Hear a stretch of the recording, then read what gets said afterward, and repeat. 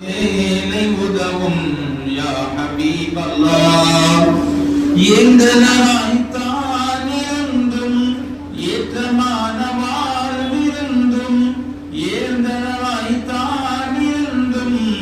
ஏற்றமான வாழ்விருந்தும் யா ஹபீப் அல்லாஹ் ஏழையாக வாழ்ந்ததேனோ யா ரசூல் அல்லாஹ் நாளை மஹ்ஷர் வேளை உதவும் யா ஹபீப் அல்லாஹ் எல்லாம் வல்ல இறைவன் தூதே இமான் முஸ்தஃபாவே நல்லோர் போற்றும் நபிவக்கரசே